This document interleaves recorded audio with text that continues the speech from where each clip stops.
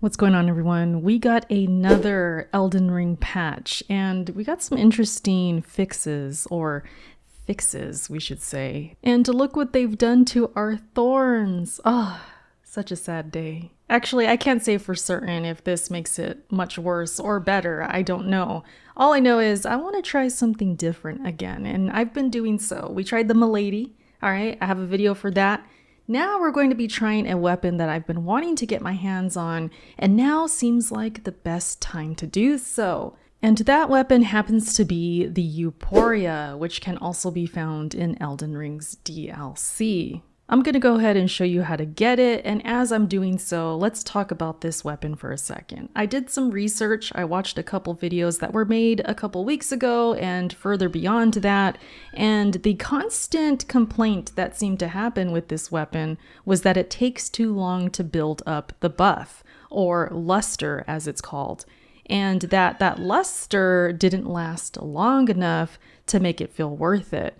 And now we have this patch coming in that's essentially going to fix that for those who are complaining. So what better time than now for me to experience this weapon now that it's probably at its full potential? Because now the Euporia has some buffs. We have here increased holy damage when the weapon has its luster restored. They've also decreased the number of attacks required to restore the weapon's luster. And also they've increased the duration of the luster restoration effect. So we see that they've decreased the number of attacks it takes to get there, as well as increasing the damage and the duration of the luster effects. So that's pretty awesome. And now that we have our Euporia, I'm going to go ahead and show you my stats, my talismans, armor, all that good stuff that I usually show.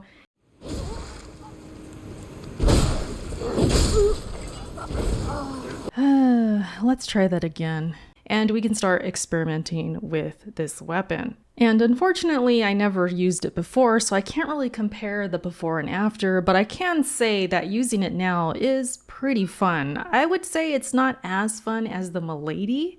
I kind of like the Milady a bit more, but so far I feel the Euporia is decent, and I could see myself using this from time to time, especially in boss fights. And you can see here, as I'm attacking and using R1 attacks, that it's building up its luster, which is essentially giving it more holy power. And so yes, this is a holy weapon. Me having my stats with arcane up a bit, dexterity up a bit, and faith especially is what's going to help this weapon do more damage. And I go through two phases of this luster. Okay, there's like a first tier of luster, and then the more attacks you put in, you're going to go to the second tier, which is the more powerful tier. And this is when you want to use your L2 attack, which is pretty much like a projectile. It's pretty awesome. And I noticed that whenever I went to like a group of enemies and I locked onto one of them, I would engage with the L2 attack, start that attack, and then as it kills the first enemy, I would just move the lock on to wipe out the rest of them.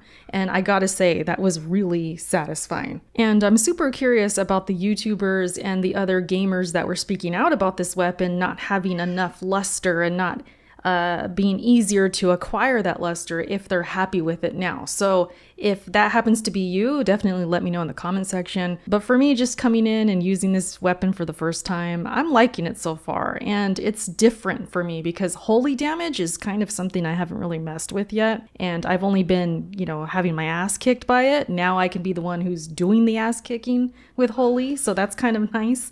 I'm very much looking forward to using this weapon against the early game bosses in the main game when I go back and play New Game Plus, because I want to see how much damage it's going to do, and I'll definitely update you guys on that. But for now, I've just been kind of messing with the enemies that are here in the DLC, the ones that I feel are the most powerful enemies, and just kind of seeing how it does. And so far, it's been doing pretty good damage, I gotta say. I also decided to equip the Cypher Pata. Yes, I'm calling it a Pata. All right, that means foot. And I decided to have it on here too as well because I saw another video where they had it equipped and they thought it was a good combo. So I was like, well, let me try that. And it's okay. I've used it a few times. It does have a powerful L2 attack, so I like that. I've been kind of one-shotting certain enemies And it's a very fast, light weapon to not make my weight management go off the rails or anything like that. So it's cool. I don't mind having this as a backup in case, I'm overwhelmed and I want to fight multiple enemies and just kind of mix it up. All I'm kind of doing right now with these builds is just mixing things up, doing something different. And Elden Ring, I want to make a full video explaining how much this game has really changed me as a Souls gamer, because I am out here just trying so many different things now. And I feel like I've become a new woman. And I want to talk more about that in a different video. But for now, I just want to, update you guys with the build I'm using right now. And hopefully I helped somebody find this weapon and find maybe the settings they were looking for as far as like the stats and what I'm using. And hopefully that can help you guys out. Definitely let me know if it did in the comment section. How are you feeling about this weapon now? Did you use it before and hate it and now it's better? Or do you feel like it's not much of a difference? Definitely let me know. And thank you guys so much for watching. Hope you enjoyed. More Elden Ring videos to come. And until then, hope you guys have a good day and I'll talk to you later. Bye.